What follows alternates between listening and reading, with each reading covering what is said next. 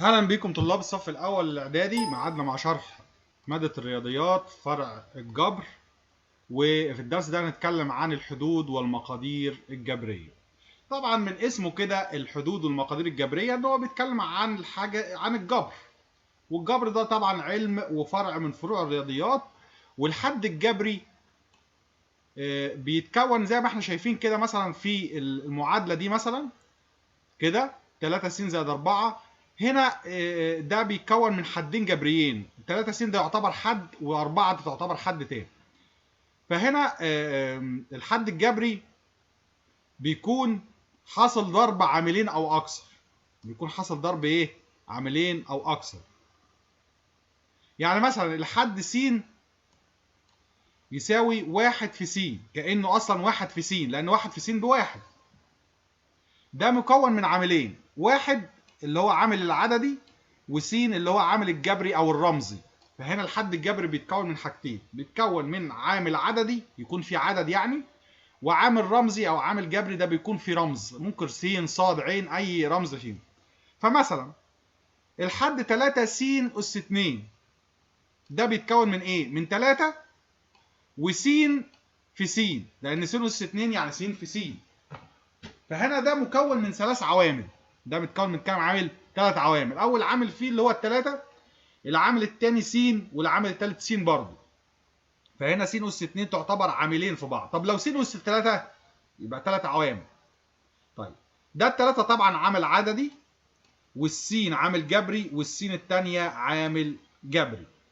فهمنا كده ازاي؟ يبقى هنا عندنا الحد الجبري ده هو بيكون حاصل ضرب عاملين او اكثر، يعني بيبقى فيه عاملين. يعني حتى لو هو س بس، لو هي مكونه من س بس كأن فيها عاملين. ليه بقى؟ لان هي اصلا س كأنها 1 في س، 1 في س بس.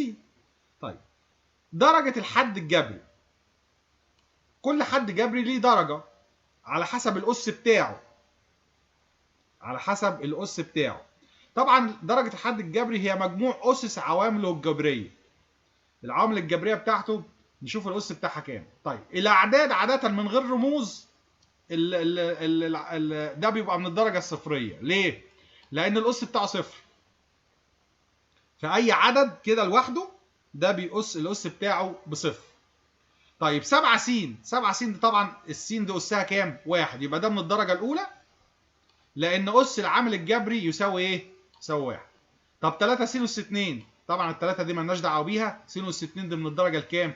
من الدرجة الثانية، لأن أس العامل الجبري بيساوي إيه؟ بيساوي 2.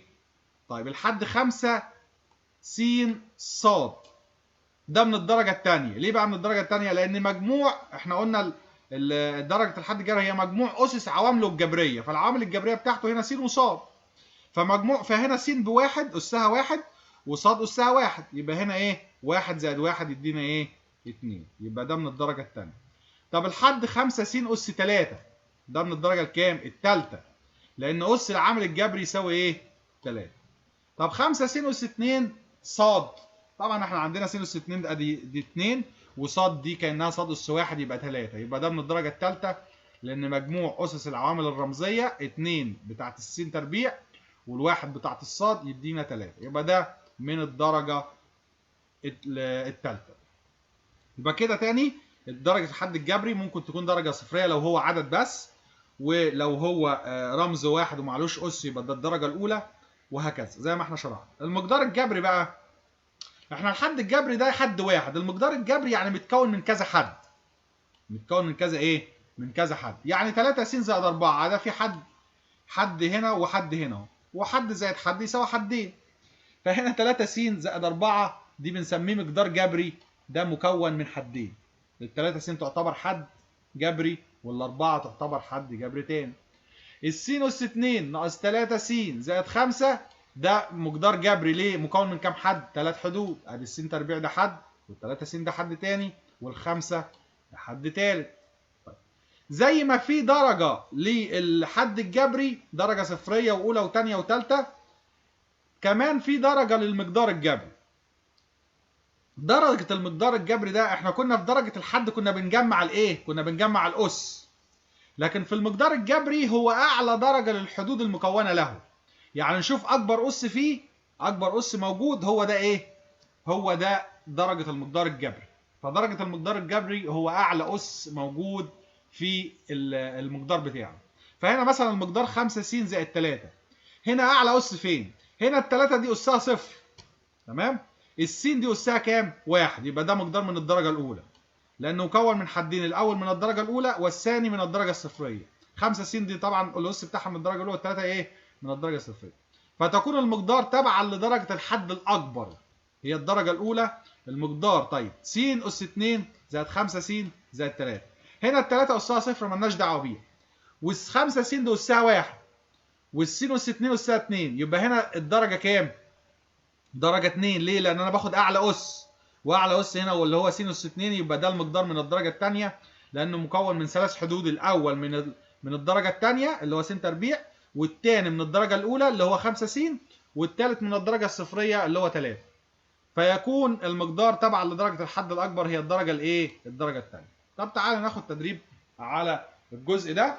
بيقول لك رتب المقدار 5 أ زائد 3 أ أس 3 أ أس 3 ناقص 3 أ أس 2 زائد 7 حسب أسس أ التنازلية. يعني إيه حسب أسس أ التنازلية؟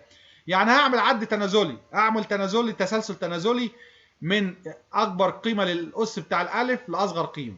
طبعا أكبر أس عندنا هنا اللي هو أ أس كام؟ أ أس 3. اللي بعدها اللي أقل منها أ أس 2. يبقى اللي هو الحد ده كله اللي هو سالب 3 أ أس 2. تمام؟ يبقى سالب 3 أ أس 2. بعد كده أس 1 اللي هي إيه؟ أ بس، يبقى 5 أ. بعد كده آخر حاجة اللي أسه صفر اللي هو العدد العادي اللي هو 7. يبقى كده أنا عملت إيه؟ ترتيب تنازلي. طب تعالى نرتب ترتيب تصاعدي في المسألة دي على حسب الأس برضه. هنا 5 س زائد س أس 3 ناقص 3 س أس 2 زائد س أس 4 و7. أصغر أس هنا فين؟ السبعة. تمام. بعد كده اللي بعديه ده أس صفر. بعد كده أس 1 فين؟ أهو 5 س زائد 5 س. وهنا قلنا زائد 5 س لأن 5 س هنا بالمول. طيب بعد كده طبعا بعد س أس 1 في س أس 2 أهو، يبقى سالب 3 س أس 2. بعد كده س أس 3 زائد سالب أس 3. بعد كده س أس إيه؟ أس 4. طبعا مش صعبة خالص. طيب نرتب المقدار الجبري ده على حسب ب التنازلية. يعني هناخد من الكبير للصغير. هنا نلاحظ ان الحد الاولاني ده ثواني الحد الاولاني اللي هو 7 ب ج ده فيه اسه كام ده؟ طبعا 2 لان الب لها 1 والج لها ايه؟ 1. ده 2. طب ال3 ب اس 5 ج اس 3 ده ليه كام؟ 5 و3 8. يبقى ده ليه 8. ده اول واحد ده ليه 2 وده ليه 8.